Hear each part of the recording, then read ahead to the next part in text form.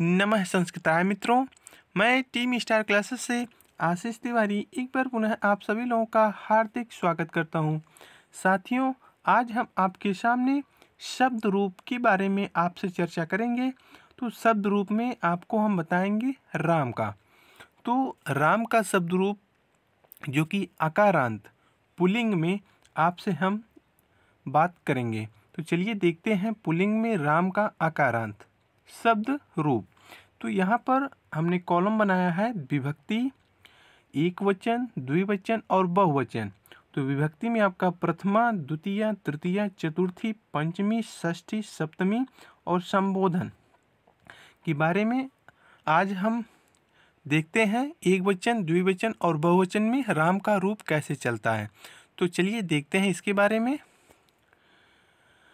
तो अब हम गायन के माध्यम से इसको हम अध्ययन करते हैं, कैसे याद किया जाए इसको, और यहाँ से प्रश्न आपके बनते हैं। क्लियर? अभी हम उसको स्पष्ट कर देंगे कि प्रश्न कैसे बनता है आपका। तो एक वचन में हम देखते हैं रामः रामं रामेण रामाय रामात् रामस्य रामे हे राम। आप भी हमारे साथ इसका वाचन करिए, गाएं, और तभी आपके दिमाग में सेट होगा। और इसको याद करें, रटे नहीं। क्लियर? चलिए फिर से हम पढ़ते हैं, आप भी हमारे साथ गाइए। रामः रामं रामेण रामाय रामात् रामस्य रामे हे राम। लगातार आप भी बोलते रहिए हमारे साथ। रामः रामं रामेण रामाय रामात् रामस्य रामे हे राम। तो इस तरह आप याद करें। प्रथमा में रामः, द्वितीया में रामम, तृतीया में रामेण, चतुर्थी में रामाय, पंचमी में रामात्, षष्ठी में रामस्य, सप्तमी में रामे, संबोधन में आपका हे राम। समझ गए ना? चलिए फिर से गाइए एक वचन में। रामः रामं रामेण रामाय रामात् रामस्य रामे हे राम। तो ये एक वचन में सभी विभक्तियों में हमने गायन किया। द्विवचन में देखते हैं रामः, माफ कीजिएगा, रामौ रामौ रामाभ्याम रामाभ्याम रामाभ्याम रामयो रामयो हे रामौ। फिर से गाइए द्विवचन में रामौ रामौ रामाभ्याम रामाभ्याम रामाभ्याम रामयो रामयो हे रामौ। तो ये आपका द्विवचन में हो गया। और बहुवचन में हम देखते हैं रामाः रामान रामै रामेभ्य रामेभ्य रामाणाम रामेषु हे राम। तो ये आपका बहुवचन में हो गया। समझ रहे हैं ना आप? हम क्या कहना चाहते हैं कि आप इसको याद करें और आपको बता दें कि प्रश्न कैसे बनते हैं आपका। तो यहाँ से जैसे हम षष्ठी में ये शब्द लेते हैं रामयो। क्लियर? तो आपसे प्रश्न करेगा कि रामयो शब्द रूप, ये जो है रामयो शब्द रूप है, ये किस विभक्ति का और किस वचन का जो है ये रूप है। तो आपके ऑप्शन में बन आएगा षष्ठी विभक्ति द्विवचन। क्लियर? पहला ऑप्शन मान लीजिए ये उठा लिया। दूसरा बता दिया द्वितीय विभक्ति द्विवचन। फिर ले लिया चतुर्थी में एक वचन, और ये और चौथा ऑप्शन बना दिया आपका इनमें से कोई नहीं। तो सही ऑप्शन आपका षष्ठी विभक्ति और द्विवचन में। क्लियर? तो रामयो शब्द रूप में जो कि षष्ठी विभक्ति और द्विवचन का ये रूप है। क्लियर? तो इस तरह से आपके प्रश्न करते हैं। चलिए एक बार हम फिर से इसको पढ़ते हैं, सीधा सीधा आपको हम एक बार रिपीट करते हैं। रामः रामौ रामाः रामं रामौ रामान् रामेण रामाभ्यां रामै रामाय रामाभ्यां रामेभ्य रामात् रामाभ्यां रामेभ्य रामस्य रामयो रामाणाम रामे रामयो रामेषु हे रामौ हे रामा। तो ये आपका राम का रूप हो गया। आपके समक्ष हमने गायन के माध्यम से आकारांत राम का पुल्लिंग में हमने आपसे चर्चा की। तो आपको एक चीज़ बात और खटक रही होगी मन में कि ये राम शब्द कैसे आकारांत हो गया। तो आपको बता दें कि आखिरी वर्ड जो होता है, जैसे यहाँ पर राम शब्द में आपका क्या है, आखिरी वर्ड माँ है। तो माँ को जब हम आधा करेंगे तो ये हलंत हो जाएगा और इसमें से एक स्वतंत्र स्वर जो है आपका अ बाहर आ जाएगा। तो ये अ जो क्या हो गया, अकारांत बन गया। समझ गए ना। इसी तरह से आपके और भी बनते हैं, चलिए उसको हम बता देंगे। चलिए यहाँ पर ये देखिए आप, जैसे आपका हमने कहा कि नदी का रूप बताइए। नदी में कौन सा आकारांत होगा कि इकारांत होगा कि नकारांत होगा, कौन सा इसमें होगा। जैसे राम में हमने आपसे बताया कि इसमें अकारांत होगा। तो नदी में देखिए हम आपके सामने नदी लिखा, तो नदी में आपका कौन सी मात्रा निकल रही है, लास्ट में नदी में आपकी बड़ी ई की मात्रा निकल रही है। तो ये जो है आपकी जो बड़ी ई की मात्रा निकल रही है, भैया ध्यान दीजिएगा, बड़ी ई की मात्रा जो यहाँ पे निकल रही है, इसी से बन गया आपका क्या, इकारांत। समझ गए ना ये कैसे निकल रहा है। तो ये नदी का जो लास्ट वर्ड है दी पे जो छोटी ई की मात्रा लगी हुई है, तो इससे जो है आपका माफ़ कीजिएगा बड़ी की मात्रा लगी हुई है, तो ये आपका इकारांत बन गया। समझ गए ना। तो इसी तरह से आपका ये शब्द जो है इकारांत का है कि उकारांत का है कि नकारांत। अब उकारांत की हम बात करें, उकारांत में आपका क्या है, एक मिनट, उकारांत ये है,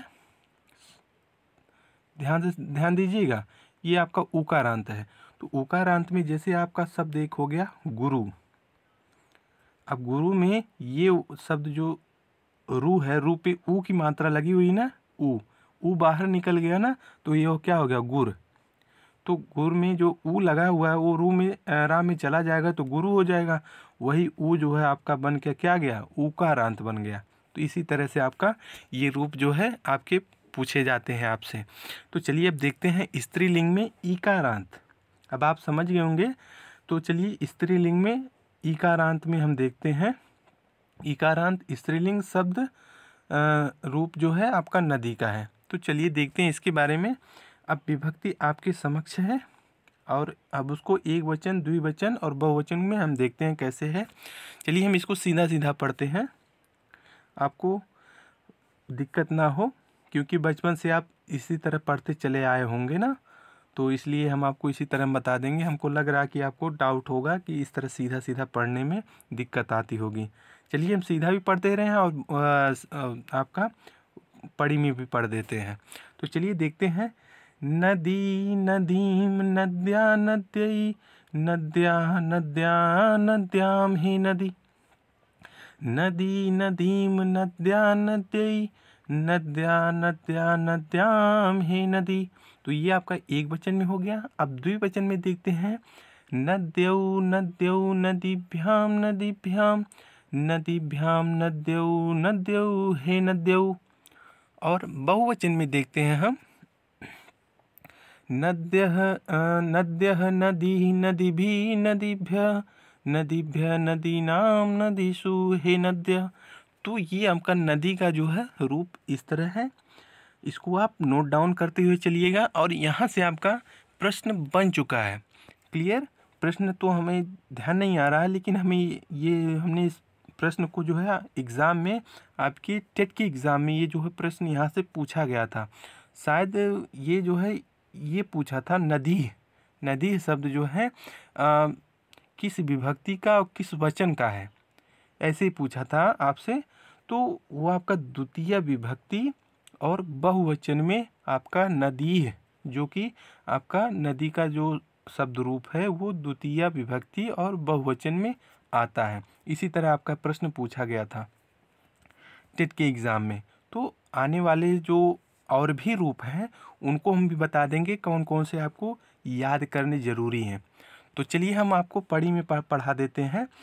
नदी नद्यौ नद्यः, नदीम नद्यौ नदी, नद्या नदीभ्यां नदीभिः, नद्यै नदीभ्यां नदीभ्यः, नद्या नदीभ्यां नदीभ्यः नद्याः नद्यो नदीनां नद्यां नद्यो नदीषु हे नदी हे नद्यो हे नद्यः। तो ये आपका नदी का स्त्रीलिंग इकारांत में हमने आपसे चर्चा की। अब चलिए आगे हम बढ़ते हैं। युष्मद रूप का, युष्मद का शब्द रूप हम पढ़ते हैं। युष्मद मतलब होता है आपका तुम। तो यहाँ से बहुत ही प्रश्न आपसे इस समय वर्तमान समय में आपके 2018-19 में जो है यहाँ से अस्मद और युष्मद का दोनों रूप बार बार पूछा जा रहा है, और वो हम भी बता देंगे कैसे और कहाँ से पूछा जा रहा है। तो आपसे प्रश्न किया था अस्मद में, जो कि हम होता है। अस्मद का मतलब अहम आवाम वयम, क्लियर। और यहाँ युष्मद में जो है हमने यहाँ पे लिख दिया है, और आपको अस्मद भी पढ़ना पड़ेगा। तो चलिए पहले हम अस्मद युष्मद की चर्चा कर लें। विभक्ति आपके सामने पूरी है सप्तमी तक। एक वचन, द्विवचन, बहुवचन में इसका हम रूप देखते हैं। त्वम युवाम यूयम, त्वाम युवाम युष्मान, त्वा युवाभ्याम युष्माभि, तुभ्यम युवाभ्याम युष्मभ्यम, त्वत् युवाभ्याम युष्मत्, तव युवो युष्माकं, त्वयि युवो युष्मासु। तो ये जो है आपका युष्मद में तुम शब्द का जो है शब्द रूप हमने यहाँ पे रिपीट किया। तो अब चलिए हम खड़े खड़े में इसको हम रिपीट करते हैं। त्वाम, त्वम, त्वाम, त्वाय, तुभ्यम, त्वत्, तव, त्वयि। त्वम, त्वाम, त्वाय, तुभ्यम, त्वत्, तव, त्वयि। त्वम, त्वाम, त्वाय, तुभ्यम, त्वत्, तव, त्वयि। तो ये आपका एक वचन में हो गया। अब द्विवचन में देखते हैं। युवाम, युवाम, युवाभ्याम, युवाभ्याम, युवाभ्याम, युवयो, युवयो। तो ये आपका द्विवचन में हो गया। अब बहुवचन में देखते हैं। यूयम, युष्मान, युष्माभि, युष्मभ्यम, युष्मत्, युष्माकं, युष्मासु। तो ये आपके युष्मद में तुम का शब्द रूप हमने आपके समक्ष रखा। तो यहाँ से प्रश्न जानते हैं आपको कैसे बना था। तो यहाँ पे ये जो हमने ब्रैकेट में करके लिखा है ना, ब्रैकेट में, तो यहाँ से अब आपके शब्द रूप से नहीं पूछता है। ये आपके जो हमने लिखा है ये चीज़ अब आपसे नहीं पूछता है। अब जो है आपसे ये जो त्वा, ते, वाम, वाम, वाम, व, तो ये जो है आपका प्रश्न किया था हम में, मतलब अस्मद में। अस्मद शब्द रूप में जो हम का जो है शब्द रूप है वहाँ से पूछा था। उसमें से आपका षष्ठी विभक्ति से पूछा था वह।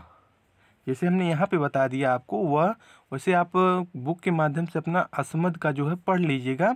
उसमें से आपका षष्ठी में पूछा था वह, क्लियर। उसमें शायद ना पूछा था आपके टेट के एग्ज़ाम में। तो ये चीज़ आप ज़रूर ध्यान दीजिएगा इसको। यही से पूछता है कि पूछा था कि आपसे, हम उस प्रश्न को छोड़ के यहाँ से हम आपको बता दें कि प्रश्न आपका किया था कि वह शब्द रूप जो है ये किस विभक्ति का और किस वचन का था। तो आपका ये जो वह है ये आपका षष्ठी विभक्ति और बहुवचन का था।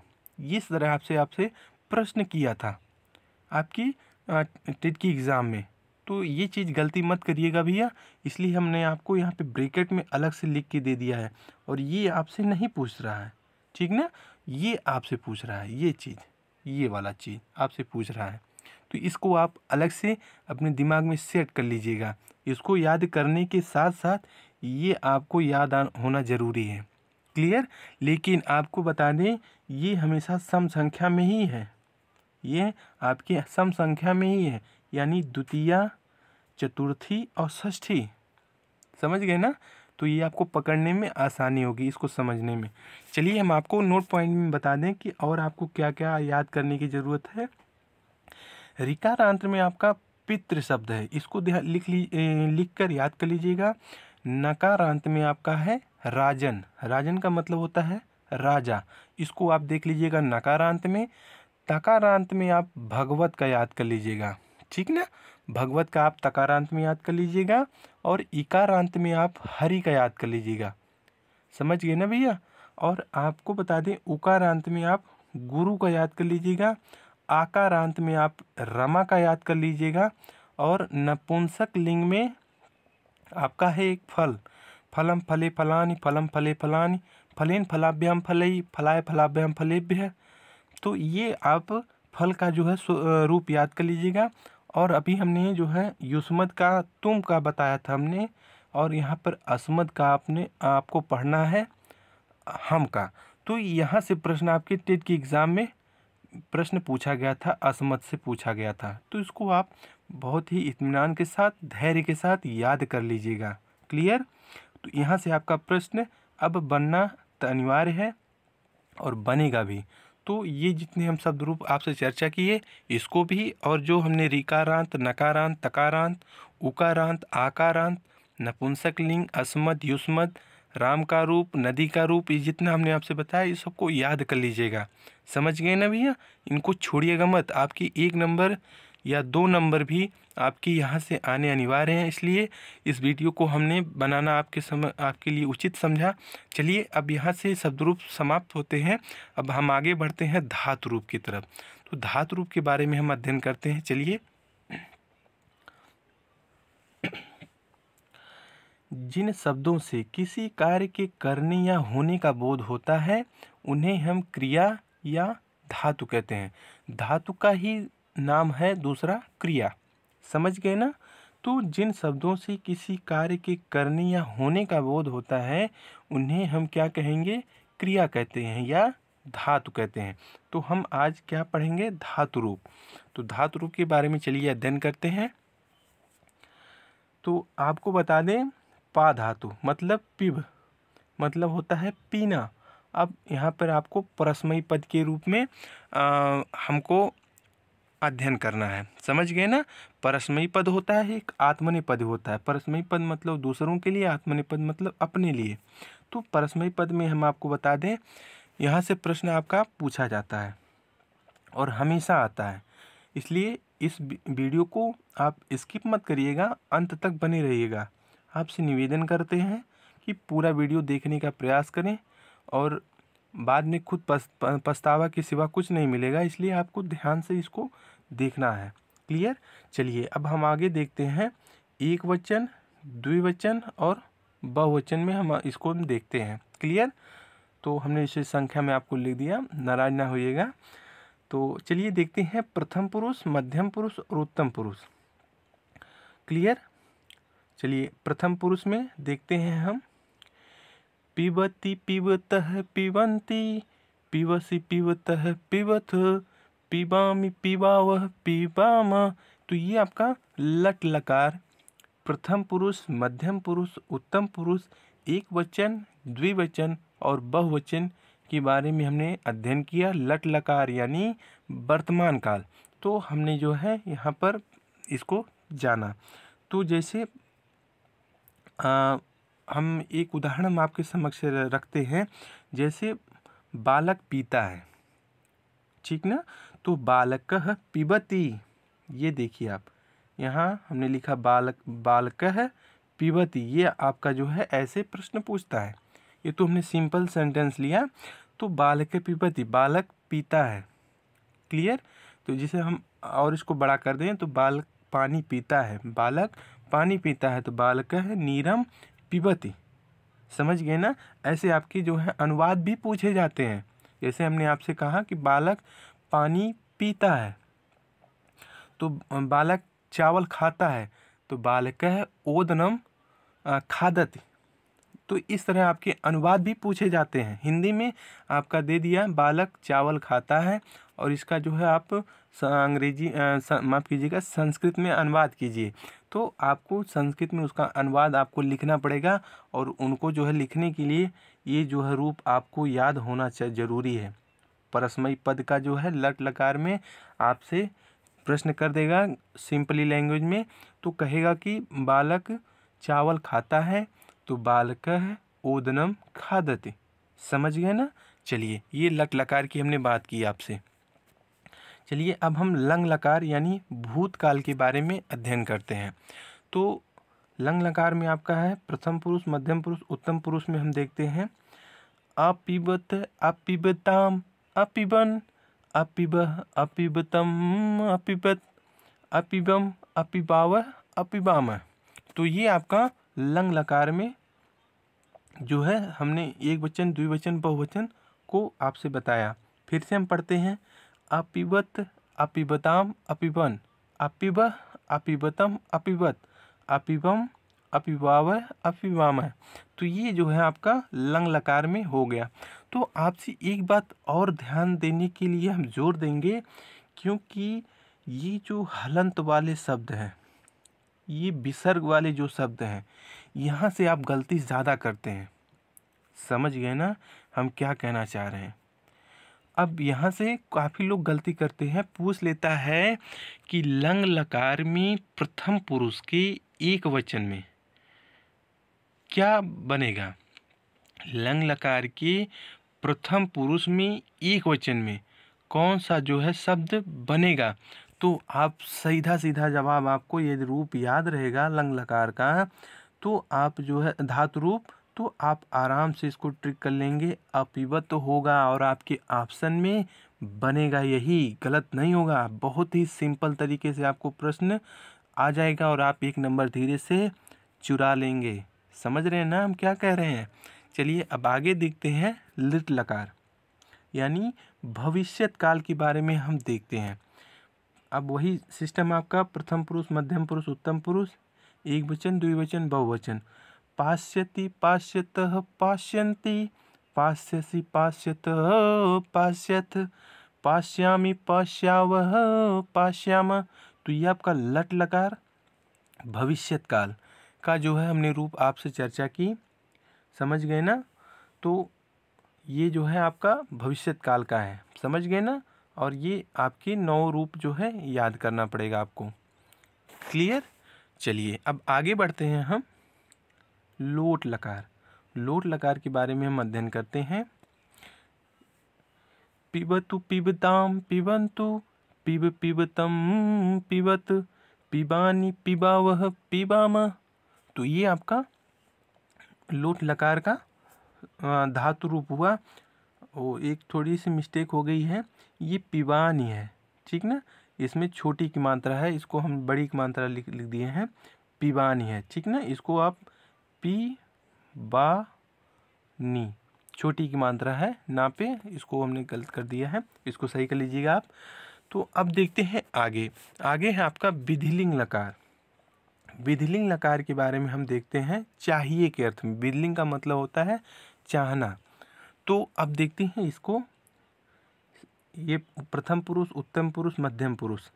अब देखते हैं इसके रूप को, धातु रूप को। पिबेत, पिबेताम, पिबेयु, पिबे, पिबेतम, पिबेत, पिबेयम, पिबेव, पिबेम।